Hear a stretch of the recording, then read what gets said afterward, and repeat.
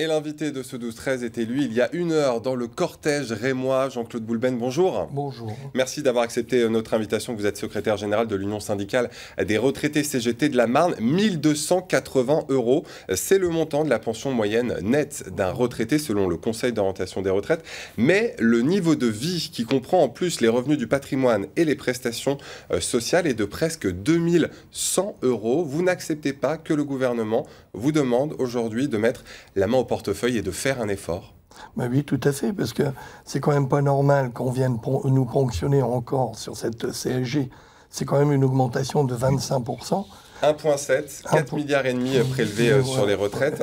Ça, vous ne l'acceptez pas. Sur quel autre contribuable le gouvernement pourrait-il, selon vous, le gouvernement a quand même fait une belle part en supprimant l'ISF, puisque cet ISF, quand vous regardez quelqu'un comme Madame Périgaud, qui est la ministre du Travail, qui se permet d'avoir une réduction d'impôts de 600 et quelques millions, alors qu'on va ponctionner au niveau des retraites. C'est le 2 poids 2 mesures que vous dénoncez. Voilà, tout à fait. On parle de solidarité, mais la solidarité, elle devrait être pour tout le monde, et non pas qu'une partie des gens.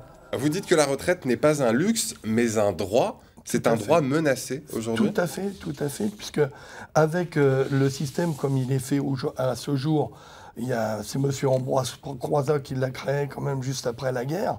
À l'époque, on était il paraît qu'il n'y avait pas d'argent du tout. Finalement, ça en est bien relevé. Aujourd'hui, les pensions, elles sont versées. C'est par rapport à des cotisations du travail, des masses salariales. Emmanuel Macron a perdu 6 points dans les sondages selon l'IFOP depuis son élection, alors que les retraités sont ceux qui ont le plus voté pour lui, 6 points auprès de l'électorat des retraités. On peut parler d'amour déçu entre Emmanuel Macron et les retraités. Ah, tout à fait.